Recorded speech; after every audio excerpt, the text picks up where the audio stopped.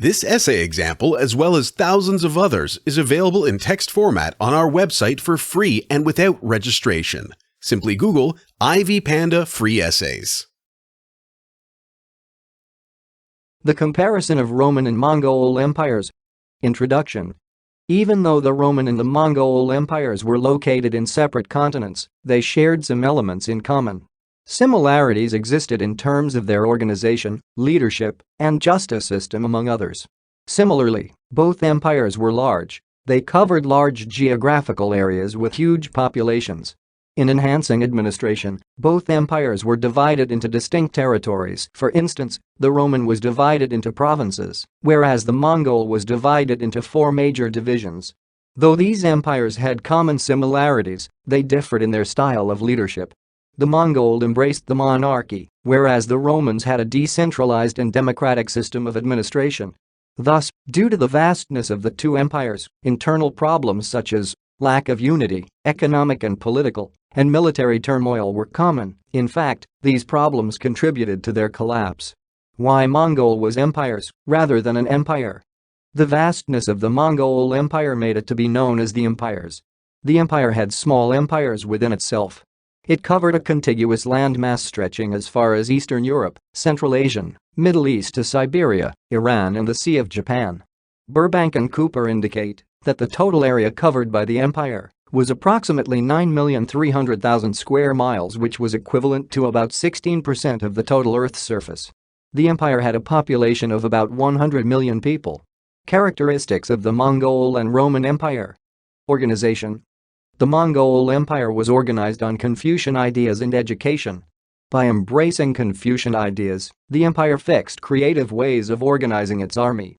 For example, to ensure efficiency in the army, the empire created divisions depending on responsibilities and tasks to be completed. Security was important for its survival and conquest of new lands. Hence, the empire established the Keshing to address security issues in the whole empire. Reward for the army for their loyalty to the empire was a policy. Promotions were awarded to loyal armies, whereas those who failed to observe this virtue were dismissed or punished. Similarly, the Roman Empire had an organized system anchored on classical learning and Roman law. They had an astute army which was organized in ranks. Roman law was an order to be followed by all in the empire. Road system. The Mongol Empire had an elaborate road network. The roads spawned across the empire, linking the entire empire to the outside world.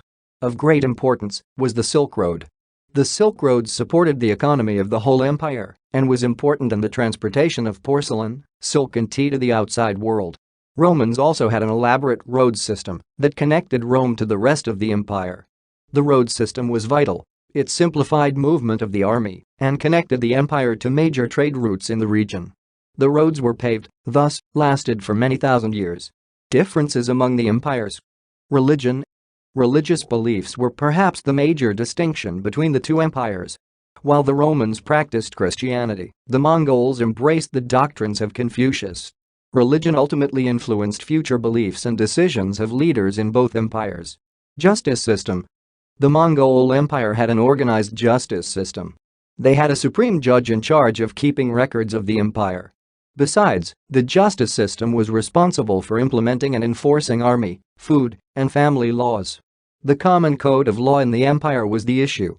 On some occasions, the law was applied partially among the rules. The issue allowed thorough screening of army generals based on their performance. The law prohibited vandalism and thievery. However, it was tolerant of religious views. On the other hand, the Romans had a unique justice system. They had a law that spelt a distinction between human beings. The law of persons, as it was known, granted restrictive rights to men in regard to acquiring citizenship, voting and vying for public posts. Slaves and other citizens who had stayed in the empire and had no forms of identification were given partial rights. However, legal protection was a priority among other privileges. Control and economy. Trade was at the heart of Mongol Empire. They traded in tea, silk and porcelain. To enhance trade, the empire developed silk roads and expanded ports such as the Fuzhou and Guangzhou. Similarly, trade was increased to cover parts of India, Arabia, and Persia territories. Trading activities increased contacts between the Mongols and the Western and Arab world. On the other hand, agriculture was widely practiced in the Roman Empire. It was mechanized, for instance, mills were found in places such as Rome to grind wheat. Also, long-distance trade was widely practiced. In later centuries, participation in this form of trade was reduced. Geography. The Mongol Empire spanned across territories that included the Yellow Sea to Eastern Europe. It also covered Korea, Armenia, Persia, China, Mongolia, Thailand, Burma, and Vietnam, among other areas. These regions were covered by mountains, forests, rugged landscapes, and waters. The vastness of the Mongol was replicated in the Roman Empire. The empire was very large, and it was characterized with terrains, seas, and oceans. Charles indicates that the total area covered by the empire was approximately 5 million square kilometers. The empire had about 50 to 60 million people, equivalent to about 1/6 of the world population. Divisions of territories. The Romans' empire was divided into provinces for administrative purposes. Outside the Roman Empire, the provinces and territorial units remained the administrative units of the empire. Different forms of provinces existed. One of these was the imperial provinces. Imperial provinces were newly conquered territories found along the borders.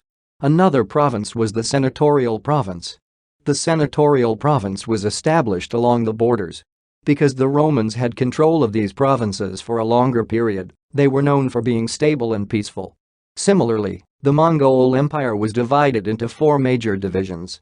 The two Khanate covered parts of the Middle East and Asia, the Great Khan covered parts of the Far East, Russia, and China, Chagatai Khanate was predominant in Central Asia, and the Blue Horde was found in southern Siberia and Kazakhstan. Expansion. The Mongols expanded their territories through conquest. Charles indicates that the Mongols' conquest contributed to its expansion in North China and present-day Iran. During their conquest, they waged war, leading to many deaths. The same strategy was also employed by the Romans. The Roman Empire used the military to expand to new lands. According to the circumstances, the military carried out direct conquest, or the empire encouraged the friendly kingdoms in strategic buffer zones to yield to their demands in return for security along their borders. Also, the Romans used the annexation strategy. The Romans annexed empires that were friendly in return for protection. Forms of administration. The Mongol Empire was marked by a true unit of unification. Hence, the centralization of authority consolidated power of the empire and made expansion into new lands easier. Lebeshewitz indicates that the central leadership understood the importance of a strong alliance because it eliminated threats to the authority and influenced other friendly empires in the region. On the other hand, the Roman Empire had a decentralized form of administration. The empire was governed through its cities. Hence, each city strove to establish personal power and authority based on their emperors, rather than for the whole empire. Style of leadership. The Mongol leadership was tribal, anchored on family ties and chieftain. With Genghis Khan taking the throne, the clans merged under his leadership, becoming a universal ruler. In a nutshell, Lebeshewitz shows that the Mongol leadership was monarchical. It was absolute in nature, with the Mongol ruler being given the mandate to protect his people. On the other hand, the Roman had a democratic form of leadership. The people elected the Senate, which ruled for life. The Senate was mostly made up of wealthy and members from aristocratic families. New senators were selected to replace who died while in office. Thus, the participation of the people in electing the office holders was a sign of democracy in the empire. Population. According to Lebeshewitz, the Mongol Empire was large. It was estimated to consist of about 100 million people. The population was organized along tribal lines spanning across Siberia, China, Mongolia, Persia, and Korea, among other areas. The population was diverse, consisting of people from various regions such as the Koreans, Europeans, Chinese, and Indians, among others. Also, the Roman Empire had a considerably higher population. The population was about 50 to 60 million people from various cultural and racial backgrounds. In the Northwest Europe region were Europeans, in the Near East were people of Asian origin, while in the Mediterranean were mainly Africans from North Africa. Stability of the empires. Despite covering large areas, both empires had a series of problems which hampered efficient administration. These problems resulted in the instability of the empires. One of the problems experienced by the empires was the political and military turmoil. Because of the vastness of the empires, the military in both cases was in disarray.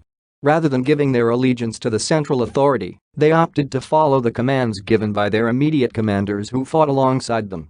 For example, the Romans permitted foreign armies to fight for them in return for money. While they could accept meager pay than the local army, they had less commitment and loyalty to the empire. Moreover, the loyalty which had developed among the citizens also weakened. In the past, both empires cared so deeply about its population. Lack of unity was also a major problem of the two empires. Because of their hugeness, efficient skills of administration and organizing the entire empire was a challenge. For example, despite being resolute fighters, Mongols had insufficient administration skills. They entrusted administration to outsiders who had little loyalty to the empire. What is more, inept and corrupt administration often contributed to rebellions in some parts of the empire. Rebellions had some repercussions for the empire because it made the empire lose the control of the newly conquered lands. With a decentralized administration, Romans' problems were even more. Decentralization hampered the consolidation of power in the whole empire. Though the Mongol Empire had a strong economy supported by trading activities, the Roman economy was weak. The hostile tribes, the pirates along the coastal cities disrupted trade.